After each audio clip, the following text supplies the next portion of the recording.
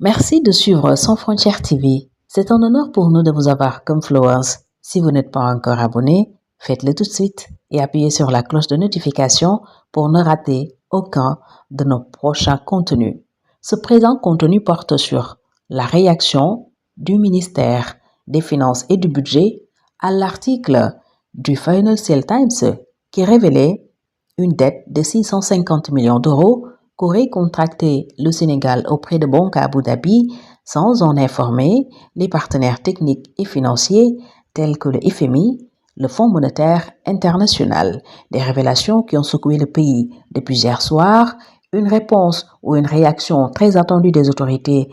sénégalaises vient de tomber et c'est un communiqué signé par la cellule communication du ministère des Finances et du Budget. Voici justement l'intégralité de ce communiqué. N'oubliez pas de liker cette vidéo et de la partager si vous la trouvez utile. Je cite: à la suite d'un article publié dans la presse internationale relatif à l'utilisation par le Sénégal d'instruments financiers de type Total Return Swap, le ministère des Finances et du Budget tient à apporter les éléments de clarification suivants. 1. Les opérations évoquées s'inscrivent dans le cadre de la stratégie de diversification des sources et des instruments de mobilisation des ressources dans un contexte international marqué par un resserrement des conditions d'accès au marché. Face à ce contexte, une analyse approfondie de cet instrument a été menée pour une opérationnalisation sur le marché financier local en 2025. 2. Le recours au TRS s'inscrit dans la politique d'élargissement de la base des investisseurs au sein du marché financier régional en attirant des investisseurs étrangers afin d'approfondir le marché domestique et d'en améliorer la liquidité. Ces investisseurs de premier rang ont généralement des exigences d'accès au change pour disposer de la monnaie locale en vue de leur souscription au titre public ainsi que de la devise pour rapatrier les intérêts et maintenir la valeur de leur portefeuille. La structuration réalisée tient compte de ces exigences tout en maîtrisant le risque pour l'État. 3. Les conditions d'emprunt sont également beaucoup plus avantageuses. En effet, le taux net supporté était d'environ 7,1%, ce qui était nettement inférieur au taux sur les marchés internationaux, notamment ceux des marchés eurobonds, dont les niveaux moyens de rendement pour l'année ont été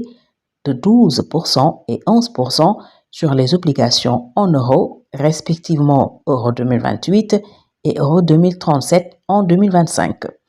En conséquence, les opérations de financement ont permis de réaliser des économies substantielles pour le trésor public par rapport aux alternatives. 4. Elles ont été conduites sur le marché des titres publics dans le cadre de cette opération entre avril et novembre 2025, conformément au calendrier d'émission en cohérence avec la stratégie de gestion de la dette à moyen terme et dans le respect de l'autorisation parlementaire ressortant des différentes lois de finances en 2025, LFI 2025, LFR 1 2025 et LFR 2 2025. 5. Ces financements prennent la forme d'émissions de titres publics réalisées par adjudication sur le marché des titres publics.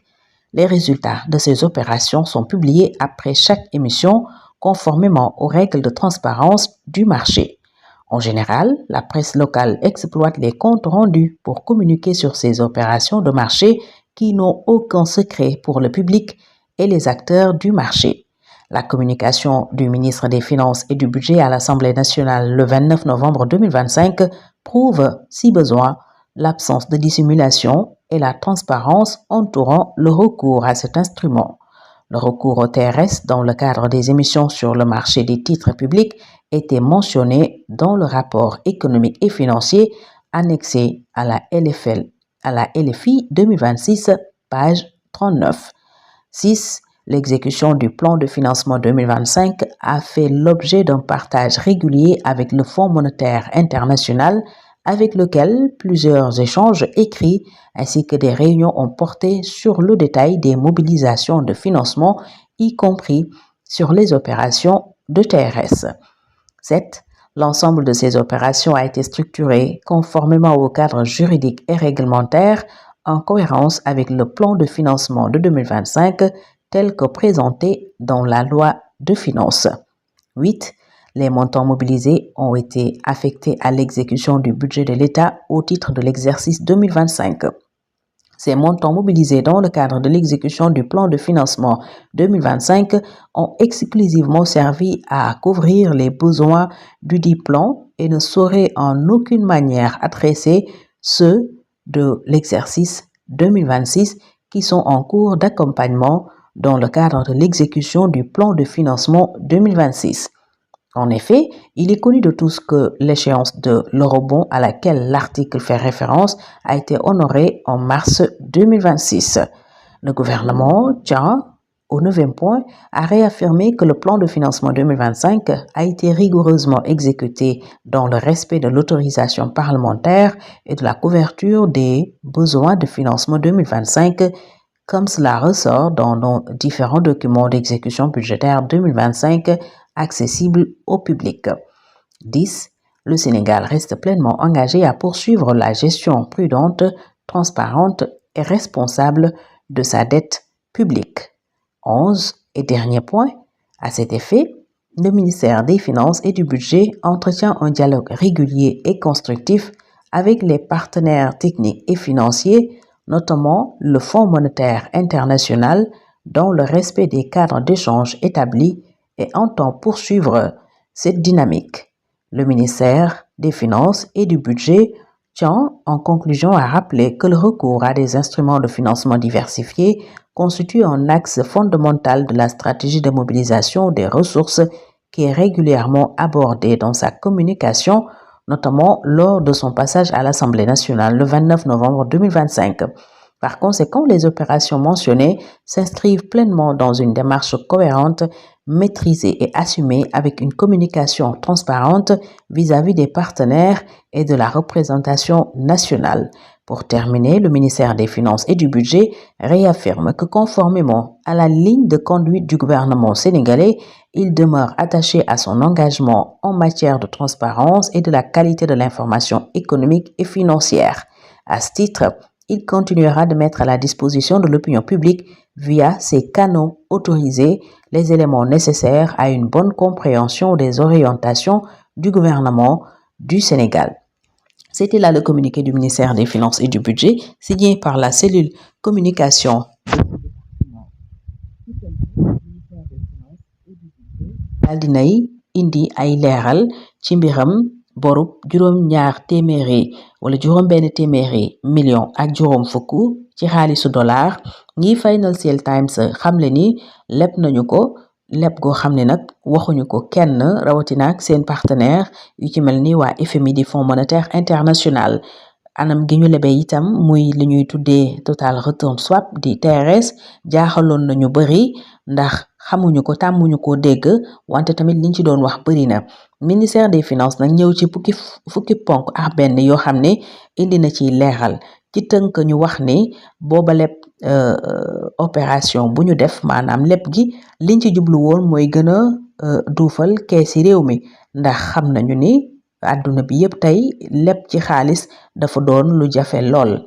Marché financier local bi itam def nañu fa ay opération yu bari ñu bëggoon nag làmb itam leneen loo xam ne dana gën a yombal ñu doxal li ñu naal ci atum 2025 ñu xamle ni kon loola ñu leb foofa lañu ko teg. leb gi itam ñu ni Sénégal gaañuwu ci benn yoon ndax bàyyi nañu xel bu baax a baax lépp loo xamante ni ay risque la ba gérer nañu ko waaye nag ñi nga xam ne tam ñoom ñëw leen doon lebal dafa am noo xam ne noonee la ñuy doxalee te ñoom itam sàmmonte nañu ak loolu. ñu wax itam ne condition yi ñu lebee du condition yoo xam ne yu metti lool la wala yu jiggi dayoo ba romb li xew ci àdduna bi ndax ñu ne koppar yooyu ñu ngi leen ko lebalee ci taux 7,1%. loolu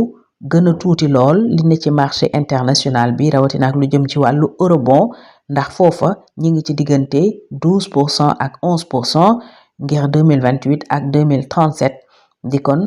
app yi nga xam ne ci lañu war a fay yooyu le bor boo ko lebee ci atum 2025 ñu ni kon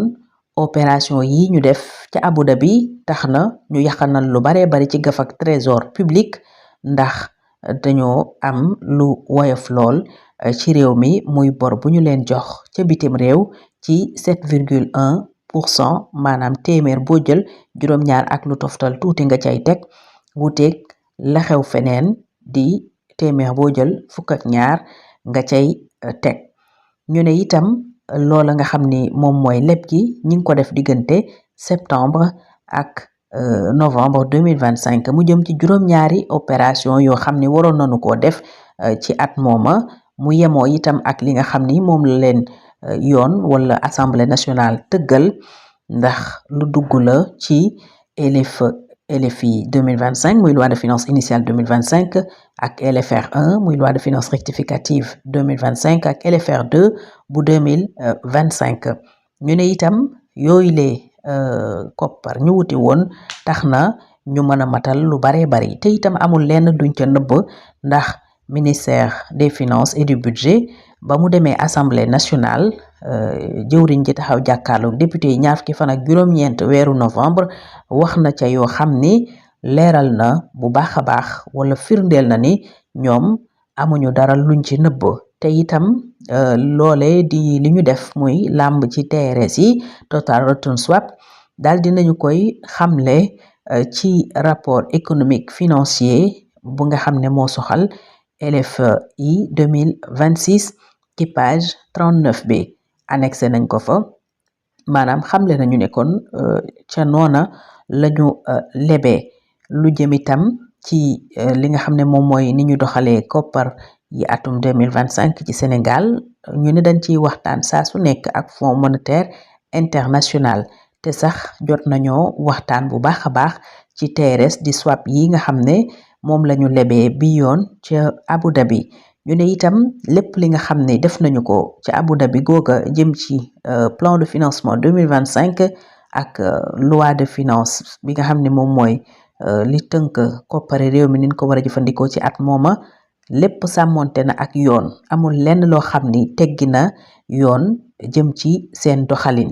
ñu ne itam koppar ya ñu fa jëlee yépp mottalee nañu ko budget 2025 bi ndax dañoo amoon plan de financement ñu ne nag loola soxalul benn yoon plan de financement bu 2026 ndax atum 2026 leneen la ndax ci yéenekaay booba di Financial Times ñu ngi doon waxi bor bi Sénégal waroon a fay ci weeru mars atum 2026 gi muy ay eurobond yoo xam ni bu ko fayutoon day nekk ci défaut de paiement ñu ni kon jotewul dara ak moom ndax koppar ya ñu jëli woon Abu Dhabi ci budget 2025 la jëm te loola yépp daal dinañu koy tënk ci ay këyit yoo xam ni mooy wone dërëm bu nekk ana fuñ ko dugal gouvernement bi itam daal di xamle ni loola di plan de financement 2025 doxal nañu ko ci anam gu leer wante itam anam goo xam ne dafa dëppoo ak yoon bu Sénégal nëbboowuñ ci itam benn yoon ak waa assemblée nationale ndax ñooña ñooy saytu lépp ñu xamle it ne Sénégal ba tey mi ngi taxaw ci yoonu leeral doxal lépp loo xam ni wàllu koppar la ci anam gu mu gën a sellee anam gu mu gën a itam jube wante itam bor bi ñu ne ñi ngi koy fexe sàmm ak di ko doxal ci nu mu gën a mate ñu ne itam ministère des finances et du budget mi ngi wéy di waxtaan ak ay partenaires techniques et financiers ñu ci mel ni Fonds monétaire international jëm ci wecconte gi waaye itam xool naka la ñuy def ba jëflante gi gën a wéy te it gën a mucc ayib ministère des finances et du budget itam fàttali ni lu jëm ci wàllu wut yeneen ni pexe dafa di loo xam ne lu mënta ñàkk la ay pexe dong la sax muy stratégie ngir mën a am ay koppar yoo xam ni itam lépp lu mu cay def dana ko waxtaane ak askan wi waxtaane kook ñeleen teewal ca pencum ndaw réew ma muy assemblée nationale ni mu ko defee woon ñaar fukki fan ak juróom-ñeent weeru novembre atum 2025 kon ñu ne lii nga xam ne moom la ñu defi woon ca Abu Dhabi muy ay opération financière ci wàll woowu képp la dugg amul leen loo xam ne war na caa mën a tey xel. Ministère des finances et du budget nag jeexal ci ni dafay ba tey tënku ci yoon wi gouvernement bu Sénégal rëdd muy yoonub doxal ci nu mu gën a leere, yoonub def transparence, waaye itam fexe ba askan wi am xibaar yu wér te wóor ci ni nuy doxalee alalu réew mi dërëm bu ne fan koy dugal. lii kon mooy li ñëpp doon xaar, ndax li ñuy dégg démb ba tey jaaxal na ñu bari, ub na bopp yu bari, tey na xel. kon ministère des finances et du budget yéex na waaye